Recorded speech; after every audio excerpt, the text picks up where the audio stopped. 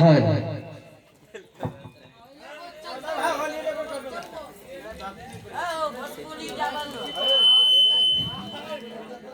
हाँ ए सरस्वती ने शरी दिया, एक सरस्वती ने शरी दिया, गुरु ने दिया ज्ञान, जन्मी दिया है माता पिता, कर्म लिखा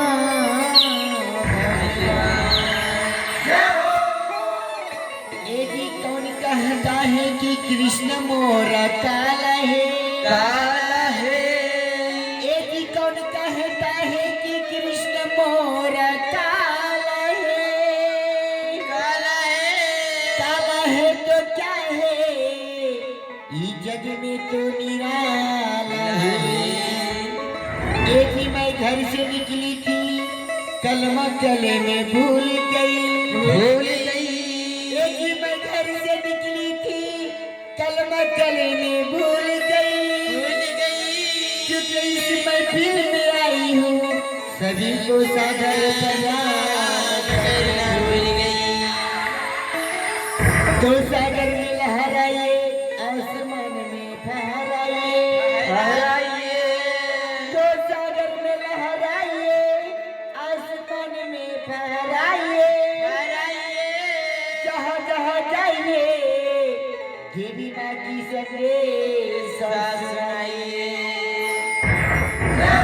कहा है कि ना मांग इंसान से कातिल कि ये तुम्हें क्या देंगे, कि ना मांग इंसान से कातिल ये तुम्हें क्या देंगे, कर देंगे भी तो एहसास जता देंगे। इस जहां में सर पटक कर दर दर की ठोकरें खाने से बेहतर है, इस जहां में सर पटक कर दर दर की ठोकरें खाने से बेहतर है, चल मैया से मांग ले, मैया तुझे हर चीज देगी। मैया से मांग ले, तुझे हर चीज।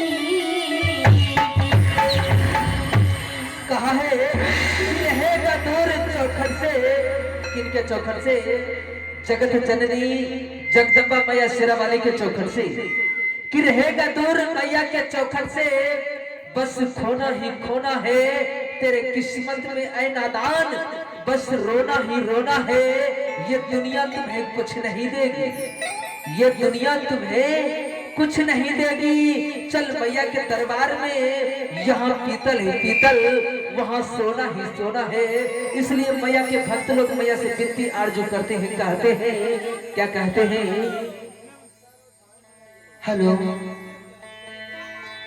रेशमा की डोरी मैया, सोने के पटरवा है बिटिया, चल मैया जय हो। रेशमा की डोरी मैया, सोने के पटरवा है बिटिया, चल मैया मैया झूले झूलनिया, बिटिया चल